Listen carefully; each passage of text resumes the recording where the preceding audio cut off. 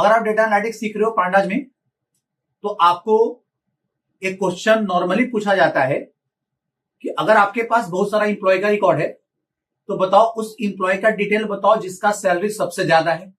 ठीक है, तो मेरे पास एक डिक्शनरी है, इसको हम डेटा फ्रेम में कन्वर्ट कर चुके हैं। अब यहां पे डेटा फ्रेम में कन्वर्ट करने के लिए प्रिंट और डेटा फ्रेम डेटा डाल दिए, डेटा फ्रेम को प्रिंट करा लिए, डेटा आ गया। यहां पे क्यूरी हम लिखे कैसे हैं इसको समझो।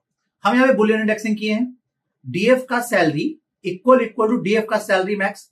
अब ये वाला क्या निकालेगा आपका सबसे बड़ा सैलरी किसका है, और हम मैच करा लिए किसके साथ, सैलरी के साथ। तो जो डीएफ का सैलरी में सबसे बड़ा मैक्सिमम जो सैलरी होगा वो, और डीएफ का सैलरी जिसके साथ मैच करेगा वो मेरे पास रिकॉर्ड आ जाएगा। अगर एक का दो लोग रहेगा, एक ही सैलरी का दो लोग रहेगा तो दोनों का रिकॉर्ड आ जाएगा यहां पे।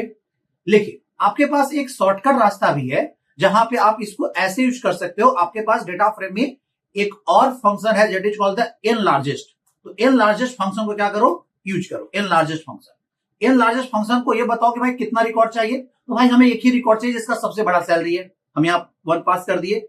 और किस फील्ड में से आपको एक रिकॉर्ड चाहिए, लार्जेस्ट वैल्यू, तो हमको सैलरी फील्ड में से आपको ये एनालाइज करके निकालना है।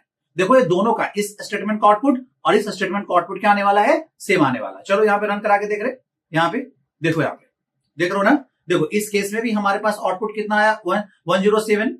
ठीक है, अर्जुन का रिकॉर्ड है। और इसमें भी कितना आया, 107 अर्जुन का रिकॉर्ड है। तो दोनों में से जो अच्छा लगता है आप उसको क्या कर सकते हो, यूज कर सकते हो। ठीक है, एन लार्जेस्ट शॉर्टकट तरीका है, आराम से क्या कर सकते हो, यूज कर सकते हो। ठीक है, अगर आप